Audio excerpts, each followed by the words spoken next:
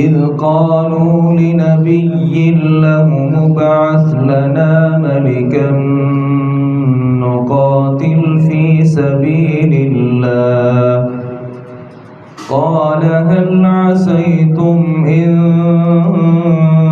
كتب عليكم القتال ألا تقاتلوا قالوا وما لنا ألا نقاتل في سبيل الله وقد أخرجنا من ديارنا وأبنائنا فلما كتب عليهم القتال تولوا إلا قليلا منهم والله عليم بالظالمين وقال لهم نبيهم إن الله قد بعث لكم طالوت ملكا قالوا أنى يكون له الملك علينا ونحن أحق بالملك منه ولم يؤت سعة من المال قال إن الله اصطفاه عليكم وزاده بسطة في العلم والجسم والله يؤتي ملكه من يشاء والله واسع عليم وقال لهم نبيهم إن آية ملكه أن يأتيكم التابوت فيه سكينة من ربكم وبقية مما ترك آل موسى وآل هارون تحمله الملائكة إن في ذلك لآية لكم إن كنتم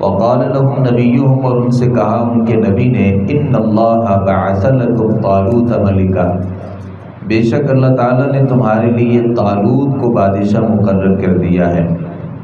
قالوا، انہوں نے کہا، انا یکون لہ الملک علینا، وہ ہمارا بادشاہ کیسا ہو سکتا ہے؟ ونحن احق بالملک، جبکہ ہم حکومت کے اس سے زیادہ حقدار ہیں۔ ولم یؤت سعۃ من المال، اور اسے مال کی وسعت بھی نہیں دی گئی۔ قال، تو کہا، ان اللہ اصطفاہ علیکم، اللہ نے اسے تم پر چن لیا ہے۔ وزادہ بسطۃ فی العلم والجسم، اور اسے علم اور جسم میں زیادہ فراخی عطا کی ہے۔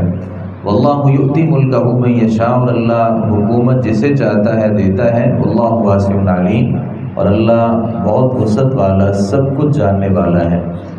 وقال لهم نبیہم، اور انہیں ان کے نبی نے کہا، ان آیت ملکی ہی بلا شبہ، اس کی بادشاہت کی نشانی یہ ہے کہ ان یأتیکم التابوت فیہ سکینۃ من ربکم، وہ تمہارے پاس صندوق آ جائے گا جس میں تمہارے رب کی طرف سے ایک تسلی بھی ہوگی۔ وبقیۃ مما ترک آل موسیٰ وآل ہارون، اور اس میں باقی ماندہ چیزیں ہوں گی جو آل موسیٰ نے اور آل ہارون نے چھوڑی۔ تحملہ الملائکہ، اسے فرشتے اٹھائے ہوئے ہوں گے۔ ان فی ذلک لآیۃ، بلا شبہ اس میں البتہ نشانیاں ہیں، لکم تمہارے لیے، ان کنتم مؤمنین، اگر تم مومن ہو۔ اللہ تعالیٰ نے ان 3 آیات میں اور اس سے اگلی آیات میں جہاد کے حوالے سے تذکرہ کیا، اور اس بات کا ذکر کیا کہ ایک قوم تھی جو موسیٰ علیہ السلام کے زمانے کے بعد کی بات ہے۔ لوگوں نے ان قوم والوں کے اوپر حملہ کیا۔ حملے کے نتیجے میں ان کے بیٹوں کو گھروں سے نکال دیا گیا، غلام بنا لیا گیا، بیٹیوں کو لونڈیاں بنا لیا گیا، اور اس علاقے سے، ان کے گھروں سے ان کو نکالا گیا۔ تو اب جب لوگ بڑے پریشان ہوئے تو اپنے پیغمبر، جو موجودہ پیغمبر تھا اس وقت، تو اپنے اس پیغمبر کے پاس آئے۔ اللہ بہتر جانتا ہے کہ وہ اس نبی کا نام کیا تھا۔ تو نبی کے پاس آئے اور آ کر کے کہا کہ آپ ہمارے ساتھ جہاد کریں اور ہم ان دشمنوں کے خلاف لڑتے ہیں۔ ممکن ہے کہ وہ پیغمبر بوڑھے ہو چکے ہوں، تو اس لیے کہا کہ ہمارے لیے کسی بادشاہ کو مقرر کریں اور ہم اس بادشاہ کے ساتھ مل کے جہاد کریں گے۔ تو نبی جو تھا وہ اپنی قوم کو زیادہ بہتر جانتا تھا۔ کہا کہ کہیں ایسا نہ ہو کہ اللہ جب تمہارے اوپر جہاد کو فرض کر دے اور تم جہاد سے روگردانی اختیار کرنا شروع کر دو۔ تو لوگوں نے تسلی دی اور کہا کہ ایسا نہیں ہوگا، اگر ہمارے اوپر جہاد فرض ہوگا تو ہم ہر صورت جہاد کریں گے۔ ہمیں کیا ہے کہ ہمارے بیوی بچوں کو ہمارے گھروں سے نکال دیا گیا اور بچوں کو غلام اور لونڈیاں بنا لیا گیا، ہمارے لوگوں کو قتل کیا گیا، مال اسباب پہ قبضے کر لیے گئے، ہم ہر صورت جہاد کریں گے۔ اللہ رب العالمین نے جب ان کے لیے جہاد کو فرض کیا تو اللہ تعالیٰ فرماتے ہیں تولوا الا قلیلا منهم، سارے لوگ پھر گئے، بہت تھوڑے تھے جو جہاد کرنے کے لیے تیار ہوئے، اور اللہ نے بالآخر ان کو فتح عطا فرمائی۔ وقال لهم نبیہم ان اللہ قد بعث لکم طالوت ملکا، نبی نے کہا کہ یہ طالوت ہیں، یہ تمہارے بادشاہ ہیں، اور ان طالوت کے ساتھ مل کے تم نے جہاد کرنا ہے۔ لوگوں نے کہا تھا کہ ہمارے لیے کسی بادشاہ کو مقرر کر دیجئے اور وہ ہمارے آگے آگے ہوگا، ہم اس کے پیچھے پیچھے ہوں گے، تو نتیجے میں ہمارے اوپر جو مظالم ڈھائے گئے ہیں ہم ان کا بدلہ لے لیں گے۔ تو نبی نے کہا کہ یہ جو طالوت ہے نا یہ تمہارے بادشاہ ہیں۔ لوگوں نے اعتراض کیا، کہا کہ یعنی یہ جو طالوت ہیں ان سے زیادہ تو بادشاہت کے حقدار ہم لوگ ہیں، یعنی ہم بڑے خاندان سے تعلق رکھتے ہیں اور اس کے پاس کو مال و دولت بھی نہیں ہے، جبکہ ہمارے پاس مال و دولت ہے۔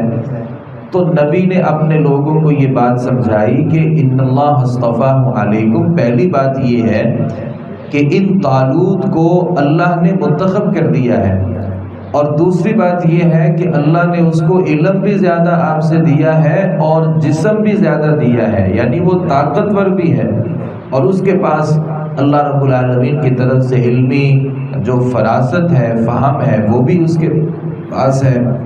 اور کسی بھی بادشاہت کے لیے، بادشاہ بننے کے لیے یا کمانڈر بننے کے لیے یہ دو صلاحیتیں بہت زیادہ ضروری ہیں. علم بھی ہونا چاہیے اور جسم میں طاقت بھی ہونی چاہیے. تو واللہ یؤتی ملکہ من یشاء، اور مزید یہ ہے کہ اللہ جسے چاہتا ہے بادشاہت عطا کر دیتا ہے.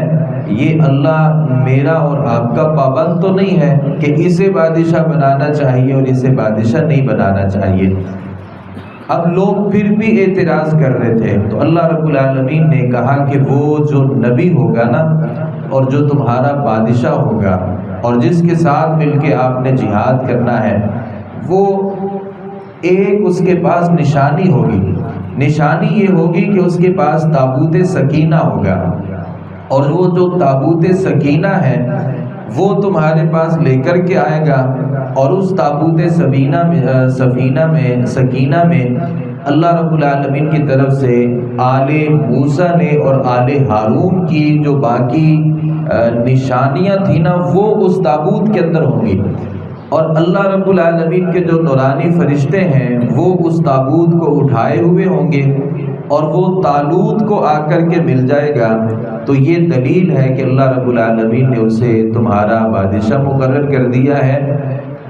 اگر فرشتے اس کے پاس وہ تابوت لے کے آئیں تو آپ اس کو اپنا لیڈر مان لیں، اور اگر ایسا نہ ہو تو پھر بھلے آپ ان کا انکار کر دیں. کہا یہ جاتا ہے بعض تفسیری روایات میں کہ یہ تابوت سکینہ ان کے پاس موجود تھا پہلے، تو جب بھی کوئی لڑائی ہوتی تو یہ اس تابوت سکینہ کی وجہ سے ان کو فتح عطا کر دی جاتی، کیونکہ اس میں موسیٰ علیہ السلام کی نشانیوں میں سے بعض نشانیاں تھیں، ہارون علیہ السلام کی بعض نشانیاں تھیں. اللہ بہتر جانتا ہے اس میں حقیقتیں کیا ہیں. کہا یہ جاتا ہے کہ وہ جو تختیاں جناب موسیٰ علیہ السلام کو وہاں سے ملی تھی کوہ طور سے، کچھ تختیاں اس کے اندر موجود تھیں. کچھ لوگوں نے یہ لکھا کہ وہ جو آسا تھا نا ان کا، جو اژدہا بن گیا تھا، وہ اس تابوت کے اندر موجود تھا. واللہ عالم اس میں کیا چیزیں تھیں. البتہ یہ ضرور ہے کہ وہ موسیٰ علیہ السلام کی اور ہارون علیہ السلام کی باقی ماندہ چیزیں تھیں. طالوت کے مقابلے میں جو بادشاہ تھا نا جالوت نے اس تابوت کے اوپر قبضہ کر لیا تھا. اب اللہ رب العالمین کی طرف سے کوئی ایسی ترتیب بنی کہ دشمن سے وہ جو تابوت تھا وہ اللہ رب العالمین نے طالوت کو دے دیا.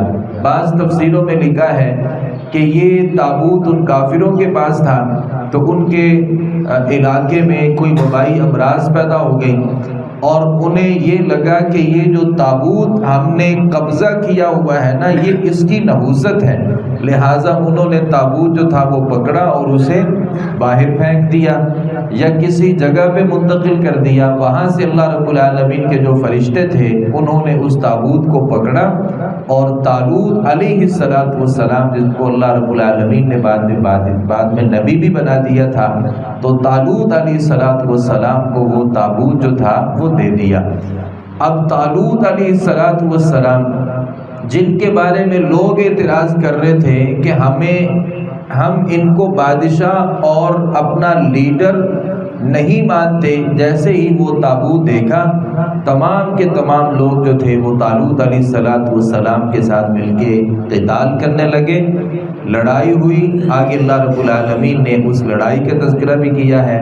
یہاں جو کئی ساری سمجھنے کی باتیں ہیں ان میں ایک بات یہ ہے کہ جس علاقے سے مسلمانوں کو نکالا جائے اس علاقے کو حاصل کرنے کے لیے جو لڑائی ہوتی ہے وہ شرعی لڑائی ہے. ہماری یہ بہت بڑی لڑائی کشمیر میں جو ہماری لڑائی ہے وہ ہمارا علاقہ ہے، ہم یہ سمجھتے ہیں کہ اس کے اوپر قبضہ کر لیا گیا ہے. اسی طریقے سے جو فلسطین کا علاقہ ہے وہ بھی مسلمانوں کا علاقہ ہے. بعض لوگ یہ سمجھتے ہیں کہ یہ کشمیر کی یا فلسطین کی جو لڑائی ہے نا، یہ وطن پرستی ہے، لہذا وطن پرستی کی جو لڑائی ہے یہ نہیں ہونی چاہیے۔ ان آیات پر غور کریں کہ جب انہیں ان کی بستی سے نکال دیا گیا تو اللہ نے اس علاقے کو واپس حاصل کرنے کے لیے جہاد کو فرض کر دیا گیا، کیونکہ آپ کے پاس جب زمین ہوگی تو پھر اللہ کا کلمہ بلند ہوگا، اور اگر آپ کے پاس زمین ہی نہیں ہے تو اعلاء کلمت اللہ، دین کے اوپر عمل کرنا یہ مشکل ہو جائے گا۔ لہٰذا اپنے مقبوضہ علاقوں کو کافروں سے واپس چھڑوانے کے لیے اگر جہاد کرنا پڑے تو یہ وطن پرستی نہیں ہے، بلکہ یہ دین ہے، اور یہ دینی لڑائی ہے، اور یہ جہاد فی سبیل اللہ ہے، کیونکہ وطن کو حاصل کرنے کے لیے ہم در حقیقت اللہ کے کلمے کو ہی بلند کرنا چاہ رہے ہوتے ہیں، اور اللہ نے اسی لیے انبیاء کو دنیا میں بھیجا تاکہ اللہ کے دین کو غالب کیا جائے، اور جو کافر ہیں اور ان کا جو مذہب ہے اور ان کے جو دین ادیان ہیں وہ دین اسلام کے مقابلے میں مغلوب ہوں گے۔ الاسلام یعلو ولا یعلی علیہ، اسلام تو غالب ہونے کے لیے آیا ہے، مغلوب ہونے کے لیے نہیں آیا۔ اللہ تعالیٰ سے دعا ہے صحیح معنوں میں قرآن مجید کو سمجھنے، اس پر عمل پیرا ہونے کی توفیق عطا فرمائے۔ وما علینا الا البلاغ المبین۔